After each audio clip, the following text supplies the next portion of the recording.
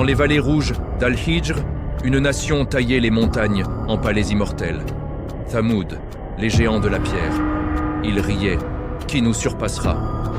Mais quand Allah envoya Salih, alayhi salam, et fit sortir une chamelle miraculeuse d'un rocher, leur orgueil signa leur fin, un cri terrible, et leurs cités devinrent tombes. Découvrez cette histoire glaçante de défis divins. Si vous êtes prêts à trembler, abonnez-vous dès maintenant à Légende coranique, activez la cloche et likez cette vidéo.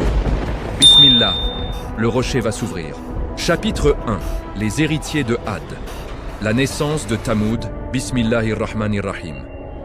Après le vent destructeur qui effaça Had des sables d'Al-Ahqaf, Allah fit prospérer une nouvelle branche de leur lignée.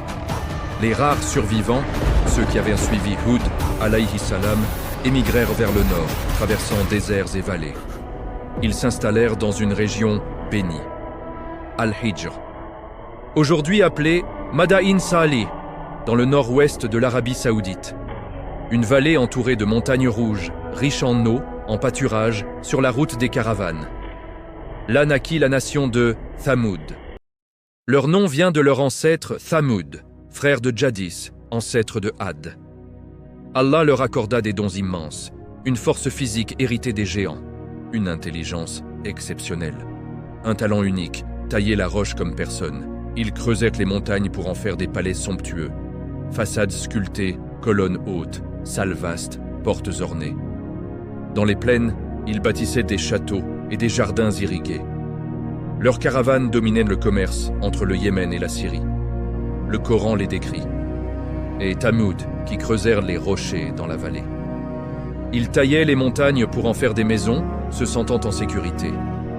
Leurs cités brillaient sous le soleil.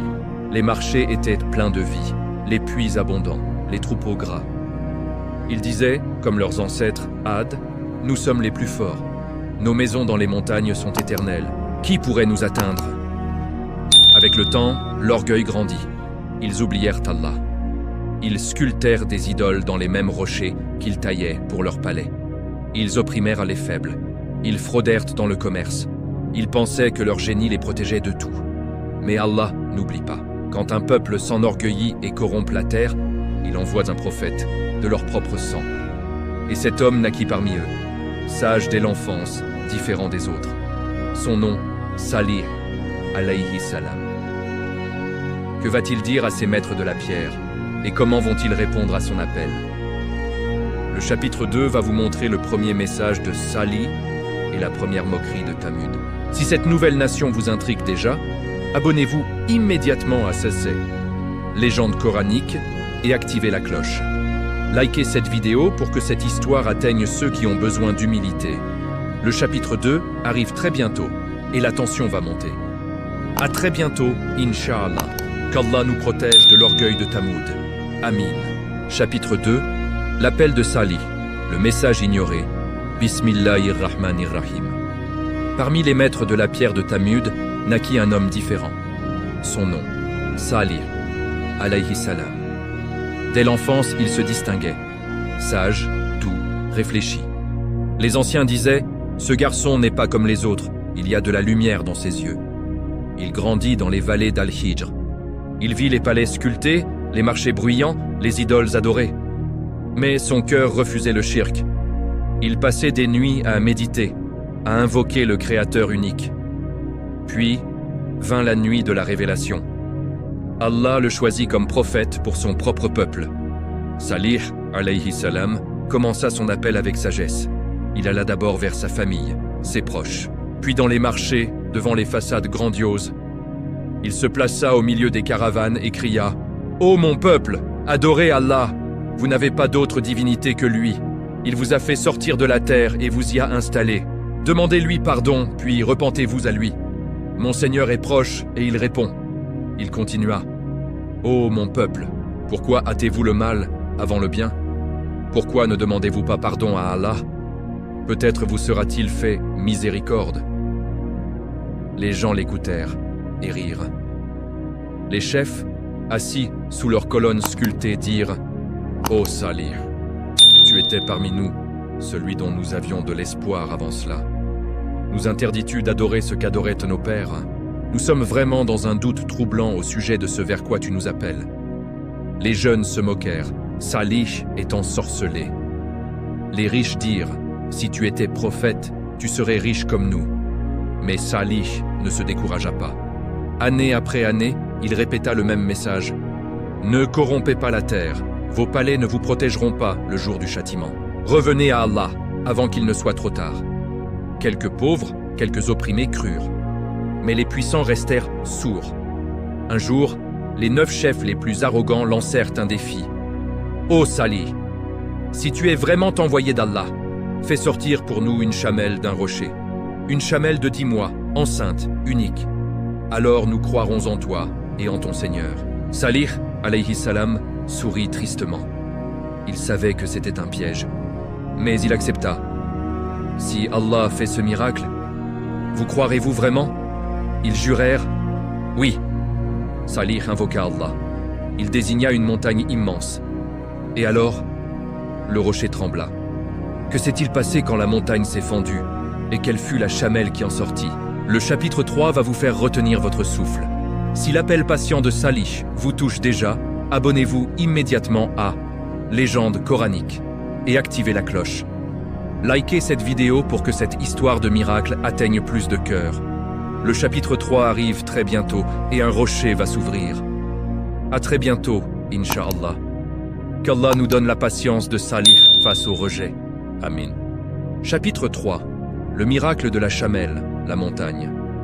S'ouvre, Bismillahirrahmanirrahim. Le défi était lancé. Les 9 chefs les plus arrogants de Thamoud entourèrent Salih, alayhi salam. La foule se massa au pied d'une immense montagne rouge, dans la vallée d'Al-Hijr. Les sarcasmes fusaient. Si ton Dieu est puissant, fais sortir une chamelle de ce rocher. Une chamelle enceinte, de 10 mois, unique en son genre. Alors nous croirons. Salih, alayhi salam, leva les yeux au ciel. Il savait que c'était un piège. Mais il savait aussi que Allah répond à ceux qui l'invoquent sincèrement. Il dit calmement, « Regardez cette montagne. Si Allah fait sortir la chamelle que vous avez décrite, croirez-vous et suivrez-vous le droit chemin ?» Ils jurèrent avec un sourire moqueur, « Oui, nous croirons. » Salih, alayhi salam, se tourna vers la montagne. Il leva les mains et invoqua Allah avec humilité. Soudain, la terre trembla légèrement. Un silence lourd tomba sur la vallée. Puis un bruit sourd, comme un tonnerre intérieur, retentit. Le rocher massif, haut comme un palais, se fendit en deux avec un craquement assourdissant. Une poussière rouge s'éleva. Une lumière étrange jaillit de la fente. Et alors, une chamelle immense, magnifique, sortit lentement du rocher. Elle était exactement comme il l'avait demandé, enceinte de 10 mois, d'une taille et d'une beauté jamais vue. Son pelage brillait comme si elle était faite de lumière. La foule recula, terrifiée. Certains tombèrent à genoux, d'autres murmurèrent « C'est le signe de Salih ». La chamelle, appelée dans le Coran « Naqat Allah », la chamelle d'Allah, se mit à paître calmement. Son lait coulait en abondance. Un seul trait suffisait à remplir des dizaines de récipients. Assez pour désaltérer toute la nation. Salih, alayhi salam, dit « Voici un signe clair de votre Seigneur. Laissez-la paître sur la terre d'Allah. Ne lui touchez pas de mal, sinon un châtiment douloureux vous saisira. » Il fixa une règle juste. Un jour, elle boit au puits principal. Le lendemain, le puits est pour le peuple. Mais au lieu de se repentir, les 9 chefs virent dans ce miracle une menace à leur pouvoir. Que vont-ils comploter dans l'ombre? Et comment Thamoud va-t-elle traiter le plus grand signe d'Allah? Le chapitre 4 va vous montrer le crime qui scella leur destin. Si ce miracle vous émerveille et vous fait craindre Allah, abonnez-vous immédiatement à Légende coranique et activez la cloche. Likez cette vidéo pour que ce signe divin touche plus de cœurs. Le chapitre 4 arrive très bientôt et la chamelle va être menacée. À très bientôt, Inch'Allah. Qu'Allah nous fasse respecter ces signes comme nous le devrions. Amin. Chapitre 4. Le crime contre la chamelle. La décision fatale. Bismillahirrahmanirrahim. La chamelle d'Allah, Naqat Allah, vivait parmi Thamoud. Elle paissait librement sur la terre bénie. Un jour, elle buvait au puits principal. Et ce jour-là, personne d'autre n'y touchait. Le lendemain, le puits était pour le peuple. Son lait coulait comme une rivière, doux, abondant, assez pour désaltérer toute la vallée. Au début, beaucoup furent émerveillés. Certains commencèrent à réfléchir. Quelques-uns crurent en Salih, alayhi salam, et abandonnèrent les idoles. Mais les 9 chefs, les plus riches, les plus influents, virent le danger. Ils se réunirent en secret dans un palais sculpté. L'un dit « Cette chamelle renforce Salih. Les gens commencent à l'écouter. Si nous laissons faire, il deviendra notre maître. » Un autre ajouta « Tuons-la. Le miracle disparaîtra. Salih perdra sa crédibilité. Et nous reprendrons le contrôle. » Une femme riche, connue pour sa beauté et son influence, promit « Celui qui tuera la chamelle aura ma fille en mariage, et une grande récompense. » Les 9 hommes jurèrent. Ils attendirent sur la nuit. La chamelle revenait du pâturage, calme, majestueuse. Son petit trottait à ses côtés. Soudain, les assassins surgirent. Un premier tira une flèche dans son flanc. Elle mugit de douleur. Un second lança une lance dans ses jarrets. Elle s'effondra lourdement. Les autres accoururent avec des épées. Ils l'achevèrent, sous les yeux de son petit, qui s'enfuit en criant dans les montagnes. Le sang coula sur la terre d'Al-Hijr. Les assassins revinrent triomphants. « Nous avons tué la chamelle de Salih. Maintenant tout le puits est à nous. » La nouvelle se répandit comme un feu. La vallée hurla de joie pour les uns, de terreur pour les autres. Salih, alayhi salam, arriva sur les lieux. Il regarda le corps immense, encore chaud. Des larmes coulèrent sur son visage. Il dit d'une voix grave, « Ô mon peuple, vous avez tué la chamelle d'Allah. Vous avez transgressé la limite. Jouissez maintenant dans vos demeures pendant 3 jours. Puis viendra un châtiment qui ne ment pas. » Les chefs rirent. « Ô Salih, fais venir ton châtiment si tu es véridique. » Mais Allah avait déjà décidé. Quel fut le premier signe des 3 jours fatals? Et comment les visages de Thamud changèrent-ils jour après jour? Le chapitre 5 va vous faire compter les jours. Avec angoisse. Si ce crime vous indigne, abonnez-vous immédiatement à Légende coranique et activez la cloche. Likez cette vidéo pour que cette histoire nous rappelle de respecter les signes d'Allah. Le chapitre 5 arrive très bientôt, et le délai commence. À très bientôt, Inch'Allah. Qu'Allah nous protège de devenir comme les tueurs de la chamelle. Amin. Chapitre 5. Les 3 jours. Fatal. Les visages changent de couleur. Bismillahirrahmanirrahim. Le sang de la chamelle coulait encore sur la terre d'Al-Hijr. Son petit avait fui dans les montagnes, criant comme un avertissement. Salih, alayhi salam, se tenait devant son peuple, le visage grave. « Ô mon peuple, vous avez commis le pire des crimes. Vous avez tué la chamelle d'Allah. Maintenant, jouissez dans vos demeures pendant 3 jours. C'est une promesse qui ne sera pas démentie. Puis viendra le châtiment. » Les 9 assassins rirent. « 3 jours? Nous avons toute la vie devant nous. Fais venir ton châtiment, ô Salih, si tu es véridique. » Mais Allah avait déjà décidé. Le premier jour arriva. Au réveil, les gens se regardèrent et hurlèrent. Leurs visages, autrefois fiers et bronzés, étaient devenus jaunes, comme du safran fané. Jaunes comme la mort qui approche. Ils se touchèrent la peau, terrifiés. Les chefs dirent « Ce n'est rien, une maladie passagère. Demain, tout redeviendra normal. » Le 2e jour. Les visages jaunâtres devinrent rouges comme du sang bouillant, rouges comme la colère divine. La chaleur monta dans la vallée, bien que le soleil fût voilé. Les enfants pleurèrent, les animaux refusèrent de manger. Certains vinrent supplier Salih. « Ô prophète d'Allah, invoque ton Seigneur pour nous. » Mais les 9 criminels menacèrent. Quiconque suit Salih maintenant mourra avec lui. Le 3e jour. Les visages rouges devinrent noirs comme du charbon, noirs comme la nuit sans étoiles. Un silence lourd tomba sur Madain Salih. Plus de rire, plus de commerce, plus de musique dans les palais. Les gens s'enfermèrent chez eux, tremblants. Les croyants, une poignée, se réunirent autour de Salih. Il leur dit « Préparez-vous, le salut est proche pour nous. » La nuit du 3e jour passa dans l'angoisse. Personne ne dormit. À l'aube du 4e jour, le ciel était calme. Pas un nuage, pas un vent. Soudain, un cri terrible. Saya retentit.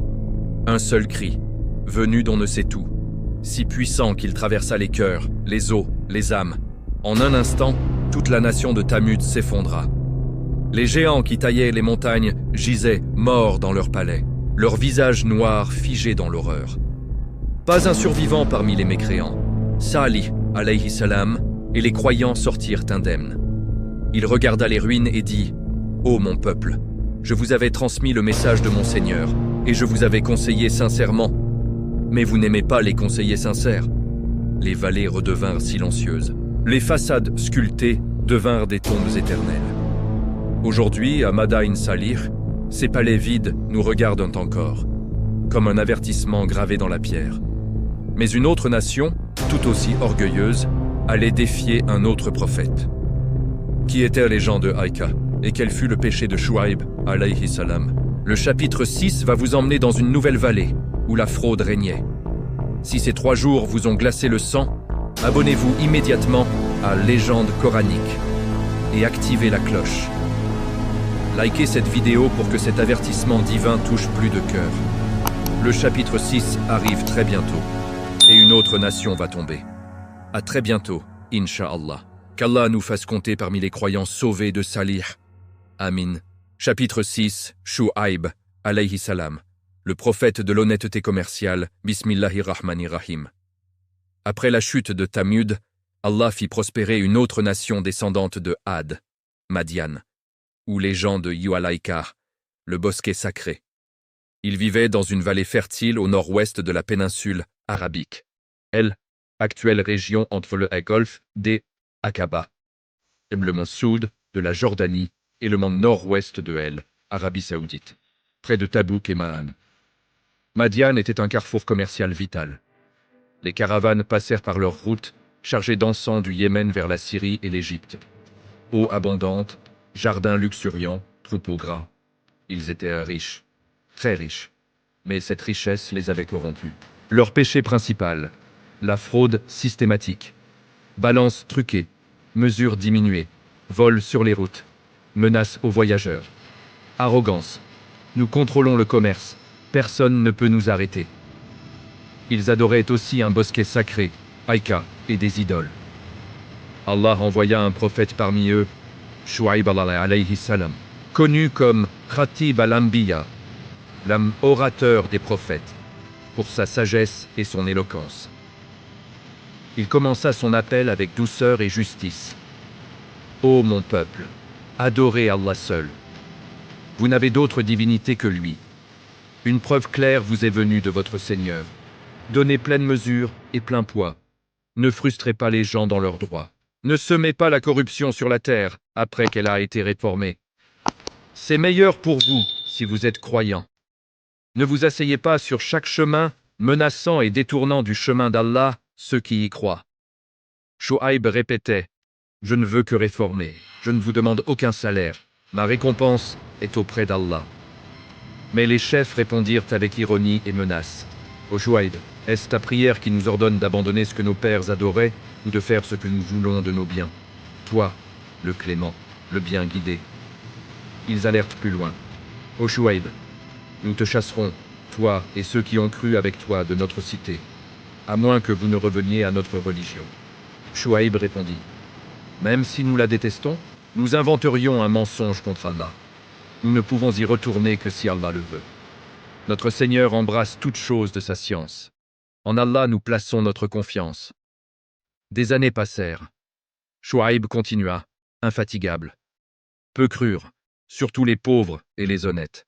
Les riches restèrent sourds. Allah envoya des signes, chaleur intense, perte commerciale. Puis un jour, un nuage apparut. Les gens sortirent, joyeux. La pluie arrive enfin. Mais Shuaib pâlit. Il savait ce que ce nuage portait. Était-ce la miséricorde ou le feu du ciel? Le chapitre 7 va vous montrer le châtiment de Madian. Si l'appel à la justice de Shuaib vous touche, abonnez-vous immédiatement à Légende coranique et activez la cloche.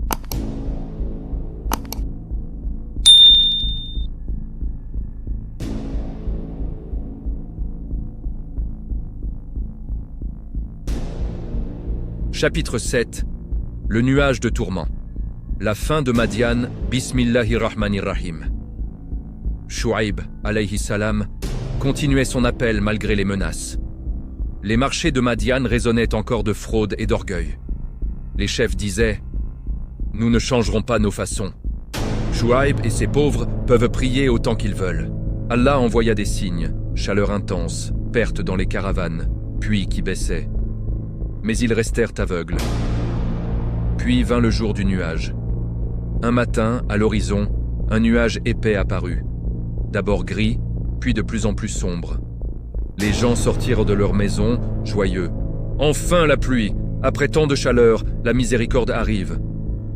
Les enfants coururent dans les rues. Les marchands fermèrent leurs étals pour célébrer.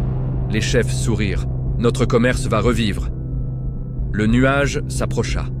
Il couvrit tout le ciel comme un couvercle noir. L'ombre tomba sur les vallées. L'air devint lourd, étouffant.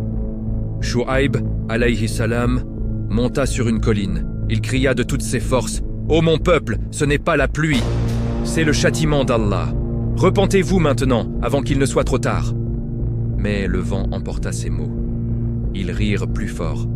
Chouaib a peur d'un nuage. Regarde, le ciel nous aime. Soudain, la température changea. Le nuage devint rougeoyant. Une chaleur infernale descendit, comme si un four géant s'était ouvert au-dessus d'eux. Les gens hurlèrent. Leurs vêtements prirent de feu. Leurs peaux fondirent. Les palais s'enflammèrent de l'intérieur. Pas une goutte de pluie, seulement du feu. Puis vint le cri terrible. Saya. Un seul cri, venu du ciel, si puissant qu'il traversa les cœurs et les corps. En un instant, toute la nation s'effondra. Les fraudeurs, les arrogants, les oppresseurs, tous morts, figés dans leur position. Chouaib, alayhi salam, et les croyants, une petite poignée, furent protégés dans une vallée voisine. Ils sortirent indemnes. Chouaib regarda les corps calcinés et dit, les larmes aux yeux, « Ô mon peuple, je vous avais transmis le message de mon Seigneur, et je vous avais conseillé sincèrement. Mais vous n'aimiez pas les conseillers sincères. » Les vallées de Madian devinrent silencieuses, les routes commerciales désertées, les puits asséchés.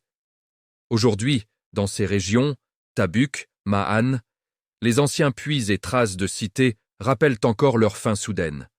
Ad, Thamud, Madian.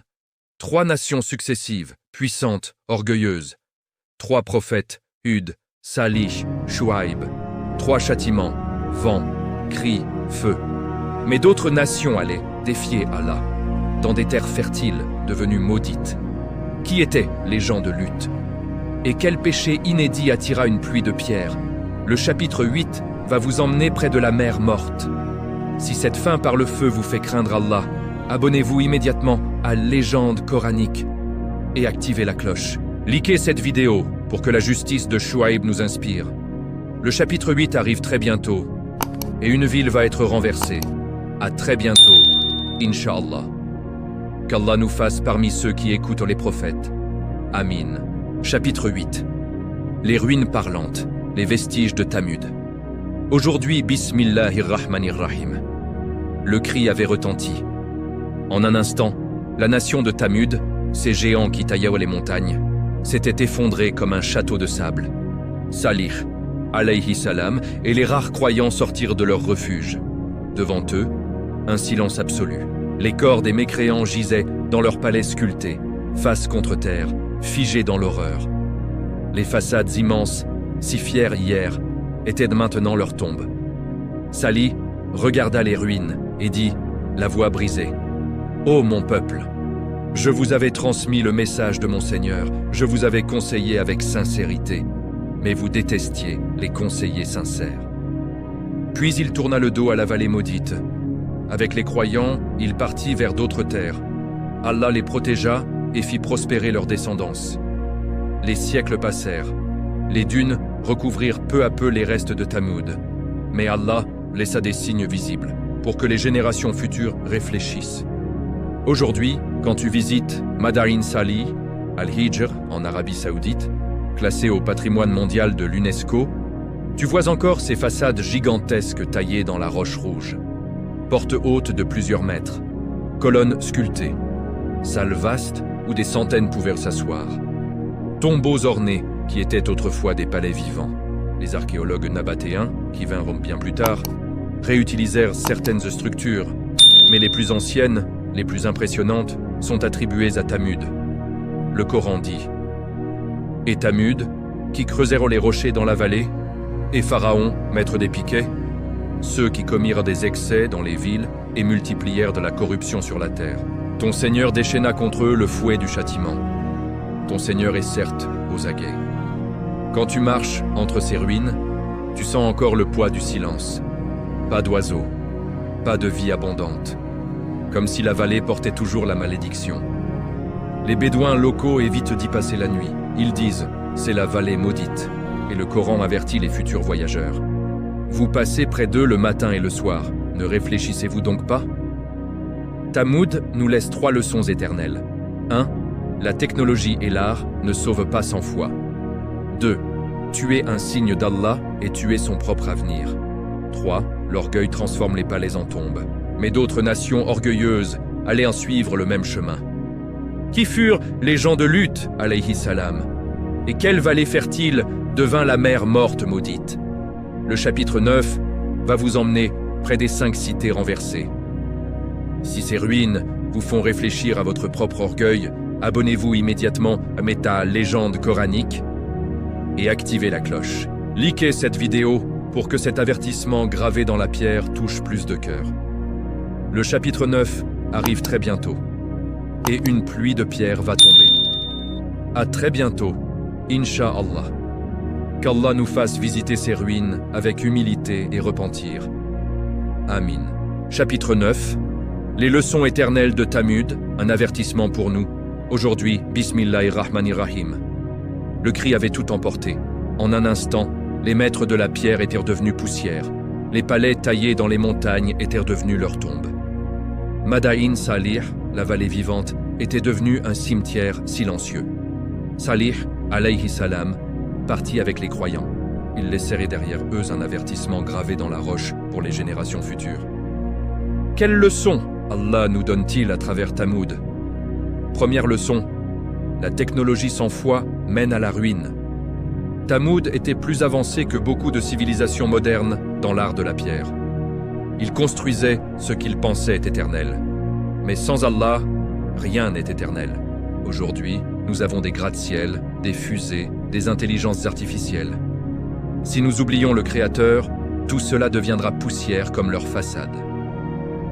Deuxième leçon, défier un signe d'Allah et défier Allah lui-même.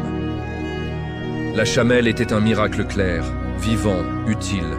La tuer n'était pas tuer un animal, c'était rejeter la preuve divine. Quand nous ignorons les signes du Coran, de la création, des épreuves, nous commettons le même crime.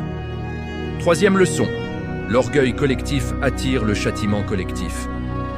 Un seul crime, tuer la chamelle, suffit pour anéantir toute une nation, parce que la majorité avait approuvé ou s'était tue. Aujourd'hui, quand une société tolère l'injustice, l'immoralité publique, la fraude, le châtiment peut toucher tous. Quatrième leçon, Allah donne toujours des signes progressifs. Le défi accepté, le miracle, le délai de 3 jours, les visages qui changent, le cri. Allah n'agit pas sans avertir. Dans nos vies, les petites épreuves sont des signes, ignorons-les et le grand viendra. Dernière leçon, les ruines parlent encore. Aujourd'hui, à Madain Salih, ces façades nous regardent. Le Coran dit: vous passez près d'eux le matin et le soir. Ne réfléchissez-vous donc pas? Ces colonnes vides crient: nous étions plus forts que vous, et voilà notre fin. Craignez Allah tant que vous avez le temps. Thamud, comme Ad avant eux, nous rappelle: la vraie force n'est pas dans la pierre ou l'acier, elle est dans l'humilité devant Allah, dans l'obéissance à ses prophètes, dans le respect de ses signes. Que ces histoires nous réveillent, que nous soyons parmi ceux qui écoutent avant le cri. Merci du fond du cœur de M, avoir accompagné dans cette série sur une légende coranique. Si l'histoire de Thamud vous a fait trembler, réfléchir ou vous rapprocher d'Allah, notre mission est accomplie. Abonnez-vous dès maintenant à Dib, légende coranique. Activez la cloche pour ne rater aucune nouvelle série. Likez cette vidéo, commentez la leçon qui vous a le plus marqué et partagez-la avec ceux qui ont besoin de cet avertissement. Qu'Allah nous protège du sort de Thamud, nous fasse humbles comme Salih et les croyants, et nous réunisse au paradis avec tous les prophètes. À très bientôt pour une nouvelle légende coranique. Wallahu a'lam. Qu'Allah nous fasse visiter ces ruines avec un cœur repentant. Amin. Chapitre 10. Les leçons éternelles de Thamud. Un miroir pour notre temps. Bismillahirrahmanirrahim. Nous arrivons à la fin de cette série sur Thamud et leur prophète Salih, alayhi salam. Une nation qui taillait les montagnes comme du beurre. Une chamelle sortie d'un rocher par la puissance d'Allah. Un cri orgueilleux et un cri qui effaça tout. Quelle leçon Allah nous laisse-t-il à travers cette histoire? Première leçon, la plus grande force ne protège pas contre Allah. Thamud était plus avancé que beaucoup de civilisations modernes dans l'architecture. Ils pensaient à leur palais éternel. Mais un seul cri suffit. Aujourd'hui, nous avons des technologies incroyables. Si nous oublions Allah, elles ne nous sauveront pas plus que les colonnes de Thamud. Deuxième leçon. Défier un signe clair d'Allah est un suicide spirituel. La chamelle n'était pas un simple animal. C'était une preuve vivante, utile, généreuse. La tuer, c'était dire « Nous ne voulons pas de ta preuve, ô Allah ». Quand nous rejetons le Coran, les signes dans la création, les avertissements, nous commettons le même défi. Troisième leçon. Le délai divin est une miséricorde, mais il a une fin. 3 jours seulement après le crime. Visage jaune, rouge, noir. Puis le cri, Allah avertit toujours progressivement. Dans nos vies, maladies, pertes, épreuves, ce sont des délais. Profitons-en pour nous repentir avant le cri personnel. Quatrième leçon, un petit groupe de croyants suffit pour le salut. Toute la nation périt, sauf une poignée qui suivit Salih. La quantité ne compte pas. La qualité de la foi, oui. Aujourd'hui, même si nous sommes minorité, tenons bon. Dernière leçon, les ruines sont des professeurs vivants. À Madain Salih, ces façades nous regardent encore. Le Coran dit, vous passez près d'eux le matin et le soir. Ne réfléchissez-vous donc pas? Ces palais vides crient, nous étions plus grands, plus riches, plus avancés que vous, et voilà notre état. Ne suivez pas notre chemin. Thamud nous rappelle que la vraie sécurité n'est pas dans la pierre, l'argent ou la technologie. Elle est dans l'obéissance à Allah et le suivi de ses prophètes. Merci infiniment de m'avoir accompagné dans cette série sur la légende coranique. Si l'histoire de Thamud vous a fait trembler, réfléchir ou renforcer votre foi, notre but est atteint. Abonnez-vous dès maintenant à Légende coranique. Activez la cloche pour ne rater aucune nouvelle histoire, likez cette vidéo, commentez la leçon qui vous a le plus marqué et partagez-la avec ceux qui ont besoin de cet avertissement. Qu'Allah nous protège du sort de Thamud, nous fasse humbles comme Salih et les croyants, et nous réunisse au paradis avec tous les prophètes. À très bientôt pour une nouvelle légende coranique. Wallahu a'lam. Qu'Allah nous fasse visiter Madain Salih avec un cœur repentant et reconnaissant. Amin.